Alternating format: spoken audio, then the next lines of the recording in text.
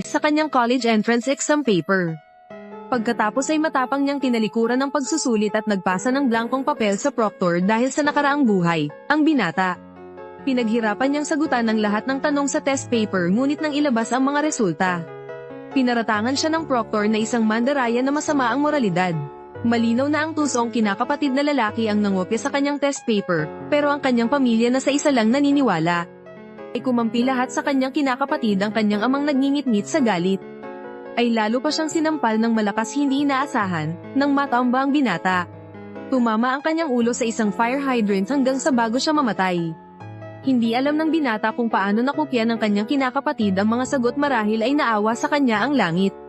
At binigyan siya ng pagkakataong mabuhay muli sa araw ng college entrance exam. Nakikita na malapit nang magsimula ang pagsusulit, binalaan ng kanyang ama ang binata na huwag gumawa ng gulo sa examination hall at makaapekto sa performance ng kinakapatid, sinasabing ang kinakapatid niya ay para sa Tsinghua o Peking University.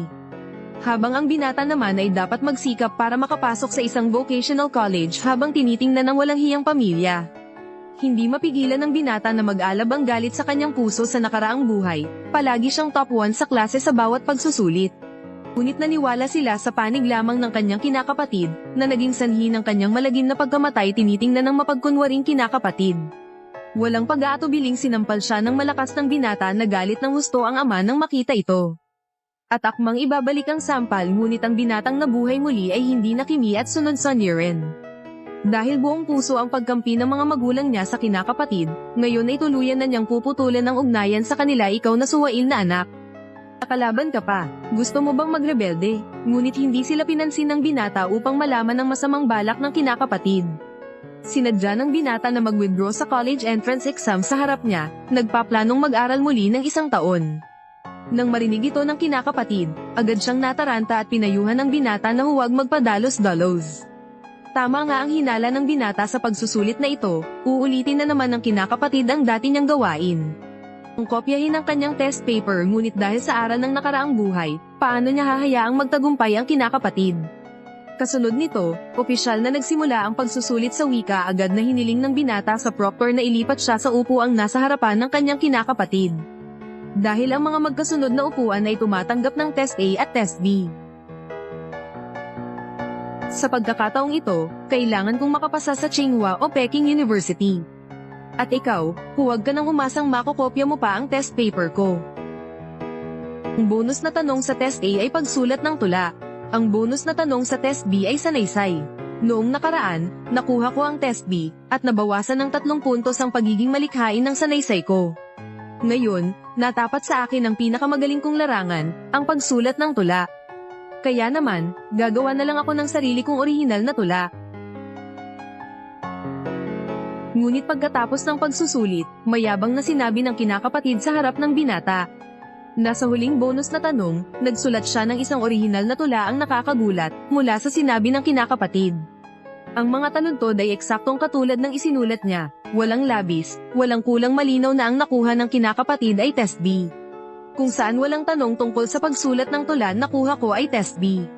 Pero hindi ko sinasadyang nabasa ito. Kaya pinalitan ni Teacher Gao ang papel ko ng test A ni Chen Shenzang. Dahil natuto na sa karanasan, nagpa siya ang binata sa susunod na pagsusulit sa matematika.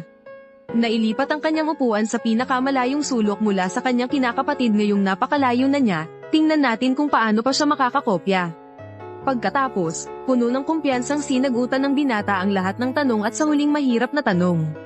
Ginamit niya ang sarili niyang orihinal na paraan gamit ang algebra at geometry, ngunit nang ipapasa na niya ang kanyang papel. Naunahan siya ng kanyang kinakapatid sa pagpasa at sinadyang ipagyabang sa harap ng proctor. Nasa huling mahirap na tanong, ginamit niya ang orihinal na paraan ng algebra at geometry. Malamang sa lahat ng kumuha ng exam, siya lang ang nakasagot nito. Natulala ang binata nang marinig ito. Para makasiguro, agad na binago ng binata ang solusyon sa huling tanong. Ngunit nang tumayo muli ang binata para ipasa ang kanyang papel, hindi niya sinasadyang natuklasan na ang mga sagot sa test paper ng kanyang kinakapatid ay eksaktong katulad ng sa kanya. Pati ang mga hakbang sa solusyon at mga bantas ay parehong-pareho. Muling napaisip ng malalim ang binata. Ngunit bago pa man siya makabawi, dumating na ang oras para sa pagsusulit sa science. Kung makokopya na naman ng kanyang kinakapatid ang mga sagot sa subject na ito, Mauulit ang kanyang malagim na sinapit sa nakaraang buhay. Dahil kahit anong gawin niya ay hindi niya matatakasan ng kapalaran na makopya ng kanyang kinakapatid. Kaya naman nagpa siya na lang ang binata na magpasa ng blankong papel, tingnan niya kung paano pa ito makokopya. Hindi ako naniniwalang makokopya mo kahit ang blankong papel.